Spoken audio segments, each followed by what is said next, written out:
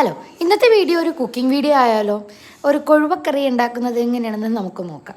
അതിനായിട്ട് ഞാനിവിടെ എടുത്തേക്കണത് ഇഞ്ചിയും വെളുത്തുള്ളി ആദ്യം എടുത്ത്, സവാള എടുത്ത്, 2 കഷ്ണം പച്ചമുളകും എടുത്ത്. അയ്യോ, പച്ചമുളക് ഇപ്പോഴാണ് വന്നത്. അത് കഴിഞ്ഞ് നല്ല പുളിയുള്ള മൂവാണ്ട മാങ്ങയും കൂടെ എടുത്ത്. ഈ മുഴുവൻ മാങ്ങയും ഇടാമെന്ന് ഞാൻ വിചാരിച്ചു, പക്ഷെ അരിഞ്ഞു വന്നപ്പോഴത്തേക്കും പകുതിയൊക്കെ ഞാൻ തിന്നു. ഇതാണ് നമ്മുടെ ഇന്നത്തെ താരം. ആദ്യം തന്നെ നമുക്ക് ഗ്യാസ് സ്റ്റൗവിലോട്ട് ചട്ടി ചൂടാകാൻ വെക്കാം. ചട്ടി ചൂടായി കഴിയുമ്പോൾ അതിൻ്റെ അകത്തോട്ട് വെളിച്ചെണ്ണ ഒഴിച്ചു കൊടുക്കുക. വെളിച്ചെണ്ണ ചൂടായി കഴിയുമ്പോൾ നേരത്തെ കാണിച്ച സാധനങ്ങൾ വെട്ടിക്കണ്ടിച്ച് അതിൻ്റെ അകത്തോട്ടേക്ക് ഇടുക. എന്നിട്ട് നമ്മുടെ മെയിൻ പരിപാടി ഇളക്ക് തുടങ്ങുക.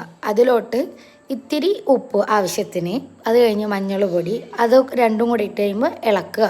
ഇങ്ങോട്ട് നല്ലോണം ഇളക്കിക്കോ. എന്തോ ഇളക്കാൻ ഭയങ്കര ഇൻട്രസ്റ്റാണ്. അത് കഴിയുമ്പോൾ 2 സ്പൂൺ മുളക് പൊടി ആ വഴറ്റി അതിൻ്റെ അകത്തോട്ട് ഇടണം. എന്നിട്ട് വീണ്ടും ഇളക്കി ഇളക്കി ഇളക്കി ഇളക്കി അത് ഈ പരുവ് പോകും. കണ്ട ഈ പരുവ് പോകും. എന്നിട്ട് അതിലേക്ക് ആവശ്യത്തിന് വെള്ളം ഒഴിച്ചു കൊടുക്കുക. വെള്ളമാണ് നമുക്ക് ഇതിൻ്റെ അകത്ത് മെയിൻ. അത് തിളക്കാറായി വരുമ്പോഴത്തേക്കും അതിൻ്റെ അകത്തോട്ട് ഇത്തിരി വേപ്പിലയും അരിഞ്ഞു വെച്ച മാങ്ങയും കൂടെ ഇടുക. അത് കുറച്ച് നേരം ഇട്ട് തിളക്കാൻ വേണ്ടിയിട്ട് വെയിറ്റ് ചെയ്യുക. കുറച്ച് ഇളക്കിയൊക്കെ കൊടുക്കുക. അതിൻ്റെ ഇടക്ക് തിളച്ച് വന്നു കഴിയുമ്പോഴത്തേക്ക് നമുക്ക് അതിൻ്റെ അകത്തോട്ട് കൊഴുവ കുട്ടന്മാരെ ഇടാം.